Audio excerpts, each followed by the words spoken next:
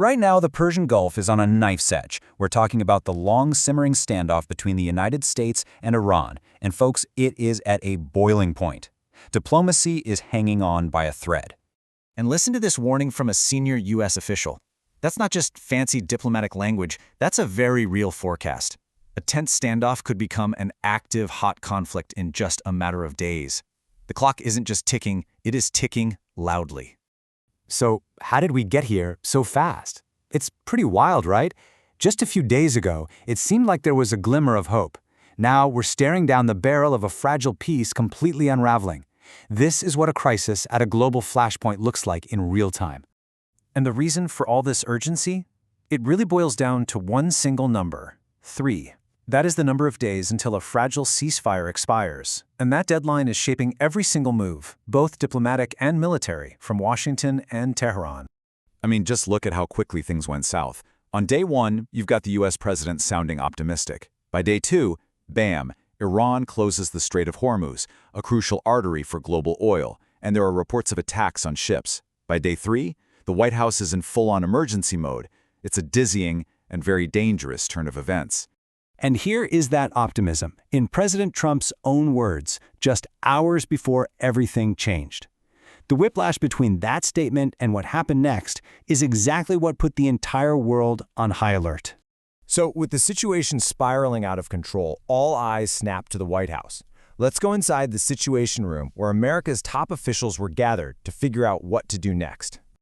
You know, you don't call a Saturday morning meeting in the Situation Room for a minor problem. This signals a top-tier national security crisis, one that needs an immediate, high-level response. And the guest list really tells its own story, doesn't it? We're talking the Vice President, the Secretaries of State, Defense, and Treasury, plus the heads of the CIA and the Joint Chiefs. This wasn't just a briefing. This was America's entire national security leadership, all in one room, trying to deal with the gravity of the moment. But here's the thing. Even as military tensions are spiking, there's another story playing out in the shadows. There are still back channels open, with Pakistan's army chief acting as a crucial go-between. It's like this one thin thread of communication holding things together in a super tense moment. Okay, so why can't they find a way out of this? What's the holdup? Well, it all comes down to the very core of this standoff. You've got two sides with fundamentally different views of the problem, and they're locked in this dangerous stalemate.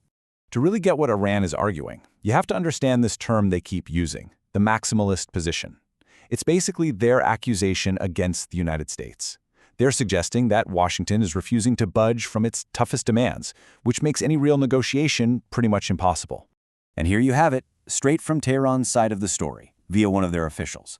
They're arguing that a deal was actually within reach, that they were making progress, but that the whole thing collapsed when the U.S. allegedly refused to back away from that maximalist position. This chart right here, man, this lays bare just how far apart they really are. It's almost like they're operating in two different realities.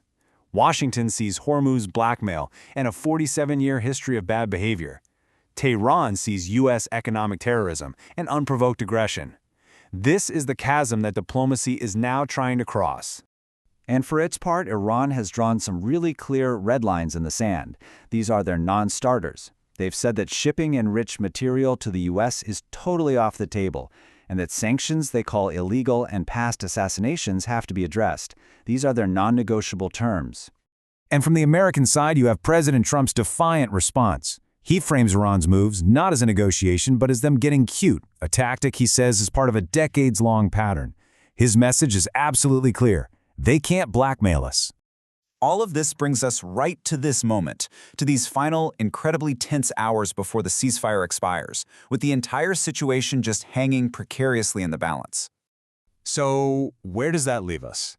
Well, the talks are deadlocked. The clock is about to run out, and the path forward has narrowed to a stark, almost binary choice: a last-ditch diplomatic deal or a return to open conflict. So the whole world is basically watching for one of two outcomes.